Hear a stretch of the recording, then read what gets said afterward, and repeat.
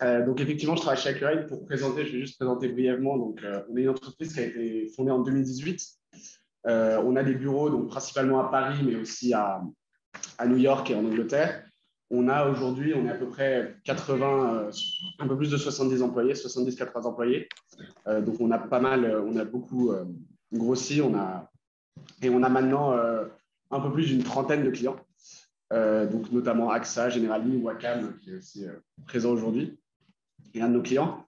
Et donc en fait, on est un fournisseur de solutions logicielles pour la tarification en assurance. Et ce que je vais essayer de vous montrer aujourd'hui, merci, c'est comment est-ce qu'on peut utiliser l'intelligence artificielle dans la tarification en assurance, quels sont un peu les problèmes qu'on peut rencontrer et comment est-ce qu'on peut essayer de les résoudre. Donc, pour rappel, la tarification en assurance, qu'est-ce que c'est? Donc, chez les assureurs, on a un client qui vient acheter un contrat. Du temps s'écoule, il peut y avoir un sinistre, plusieurs sinistres, aucun sinistre. Et s'il y a un sinistre, le client fait une déclaration à son assureur qui lui rembourse ce sinistre. Et ensuite, le contrat peut se terminer. Donc, la spécificité des assureurs, c'est qu'ils vendent quelque chose dont ils ne connaissent pas les coûts. Ils ne peuvent pas savoir combien de sinistres une personne va avoir et combien ces sinistres vont coûter. Donc, ils sont obligés d'avoir un modèle qui permette de prédire ces coûts. Et ça, ils le font depuis des années. Les actuaires, c'est le métier des actuaires de créer un modèle pour essayer de prédire quand même les coûts et donc de définir le prix que l'assureur va payer, que le client va payer. Et pour faire ça, ils utilisent le passé, c'est-à-dire tous les anciens contrats, pour essayer de prédire le futur. Donc, on va utiliser la base de données des anciens contrats des années passées et essayer de faire un modèle qui va se baser typiquement sur l'âge, la marque de la voiture, etc., pour avoir le prix de ce contrat. C'est un cas d'usage qui, sur le papier, du moins, paraît idéal pour l'intelligence artificielle. On a des données, on a quelque chose qu'on veut prédire, qui est bien déterminé, on va pouvoir faire nos modèles, nos réseaux de neurones, etc. Et essayer de faire un modèle qui fait ça. Il y a un obstacle majeur que va rencontrer l'assureur en essayant de faire ça, c'est ce qui s'appelle l'anti-sélection. C'est ce que je vais essayer de vous montrer tout de suite sur un exemple simple. On va imaginer un monde simple où il y a deux types de maisons. Il y a les petites maisons et les grandes maisons.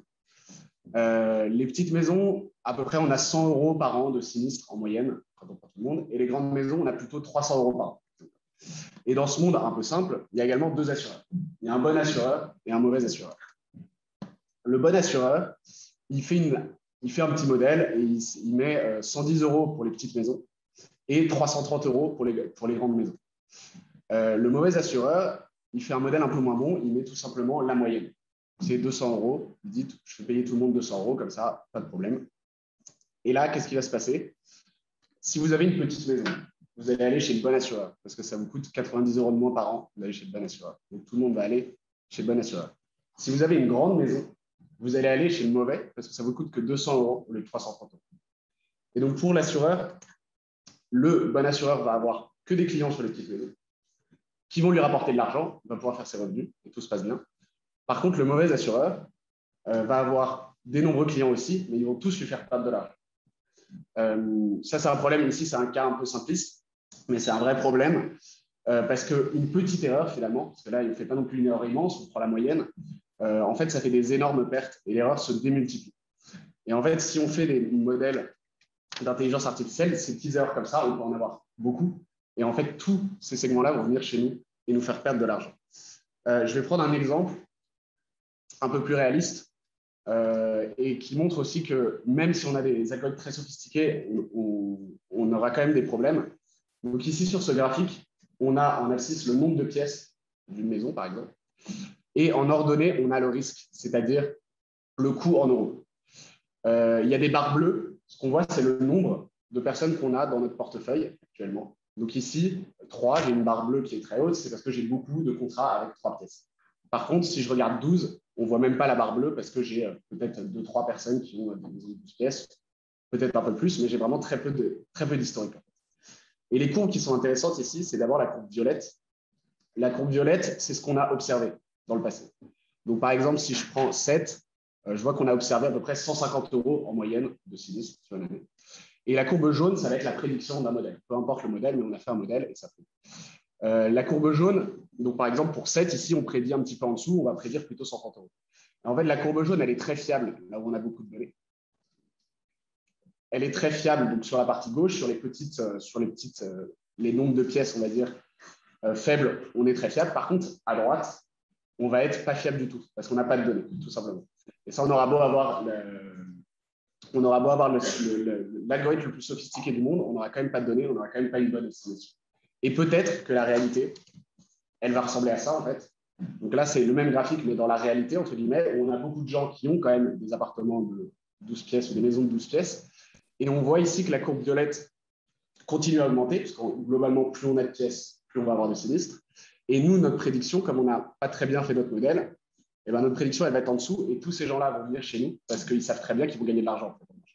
Donc, ils vont tous venir chez nous. Et donc, en fait, ce manque de données fait aussi de l'antisélection et coûte beaucoup d'argent aux assureurs. Et pour finir, sur ce sujet de l'antisélection, c'est vraiment quelque chose qui arrive dans la vie réelle. Donc là, ce graphique il a été fait avec des données d'un vrai assureur qui a fait une erreur dans sa tarification et qui, après coup, a essayé de voir un peu l'étendue du problème. Ce qu'on voit sur ce graphique, c'est en axe des abscisses, l'erreur qu'on a fait dans le risque. Donc, quand on est à gauche de la ligne verticale, on a sous-estimé le risque, donc on n'a pas fait payer les gens assez cher. Quand on est à droite, on a surestimé le risque, on a fait payer les gens trop cher par rapport à leur vrai risque. Et ce qu'on a en ordonnée, c'est le changement de volume qu'on a observé. Donc, quand on est au-dessus de la ligne horizontale, ça veut dire qu'on a eu plus de police, plus de clients que normal. Quand on est en dessous, on a eu moins de clients. Et en fait, tout ce qui est dans la partie en haut à gauche, c'est des pertes qu'on a fait parce qu'on a fait payer les gens pas assez cher. Et on voit qu'on a même un point tout en haut à gauche. On a eu 3 fois plus de contrats que la normale parce que tout le monde s'est précipité dessus puisque ça coûtait beaucoup moins cher que la concurrence. Et à l'inverse, en bas à droite, on a perdu du volume parce qu'on a fait payer les gens trop cher. Et donc, potentiellement, c'est un manque à gagner sur des clients qu'on aurait pu garder dans le temps. Et ça, c'est important parce que cette anti-sélection, finalement, on a besoin d'une intervention humaine. C'est-à-dire qu'on ne pourra jamais se passer, on ne pourra pas remplacer les actuaires. On a besoin de cette intervention humaine qui va nous dire, par exemple, si je reviens à ce cas-ci, qui va nous dire, en fait, à droite, notre estimation, elle n'est pas bonne, je dois aller rehausser mon estimation du risque et mettre vraiment la connaissance métier qu'ont les actuaires dedans, dans ces choses-là. Il y a d'autres raisons aussi qui poussent à avoir une intelligence artificielle que je vais qualifier de transparente. On va pas expliquer après ce que ça veut dire, mais c'est la régulation notamment, c'est-à-dire que les modèles dans certains pays, aux États-Unis notamment, ils doivent être soumis au régulateur qui doit les approuver. Donc ça veut dire que nos modèles, le régulateur doit les comprendre. Il y a aussi des enjeux humains dont on a parlé tout à l'heure, qui sont éviter les discriminations, essayer d'avoir un modèle qui soit juste, etc. Et donc ça arrive à une intelligence artificielle transparente. Quand je dis transparente, c'est déjà même sans parler forcément des clients qui doivent comprendre, c'est vraiment transparente pour l'assureur lui-même, qui doit vraiment comprendre très bien la tarification qu'il va mettre en place et pouvoir la modifier à la main par un humain et pouvoir faire ça. Et donc, ce qu'on essaie de faire chez Accurate, c'est de résoudre ce problème-là, que j'ai un peu résumé sur cette slide-ci.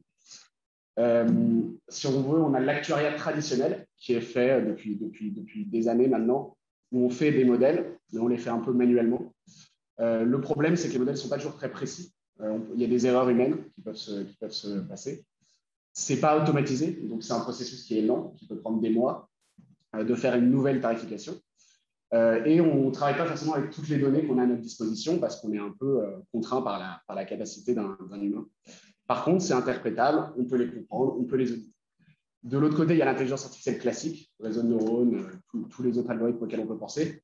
Ça fait des modèles qui sont plus précis qu'un humain. C'est automatisable, donc ça peut prendre que quelques heures de calcul. Et on peut traiter potentiellement une quantité de données très importante pourvu qu'on ait la puissance de calcul.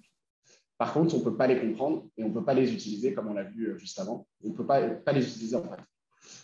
Nous, on essaie de cocher toutes les cases chez Accurate.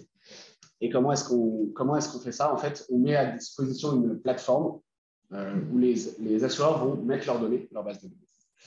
Et nous, on va générer, grâce à des algorithmes qu'on a développés nous, on génère automatiquement en fait les mêmes modèles que les actuaires font à la main. Sauf que juste, nous, on essaie de les faire de manière automatique. Donc, on essaie de les faire les calculs peuvent prendre quelques minutes, quelques heures si c'est des grosses bases de données. Et on ne va pas générer un seul modèle, on va générer tout un éventail de modèles.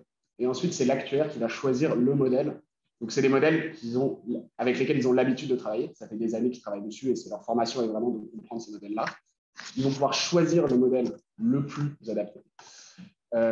Et Surtout, ils vont pouvoir venir modifier les modèles, rectifier les tarifs, mettre vraiment la connaissance. Donc, nous, on essaie d'automatiser la partie vraiment qui est automatisable, mais l'essentiel est vraiment la connaissance reste dans les mains des actuaires.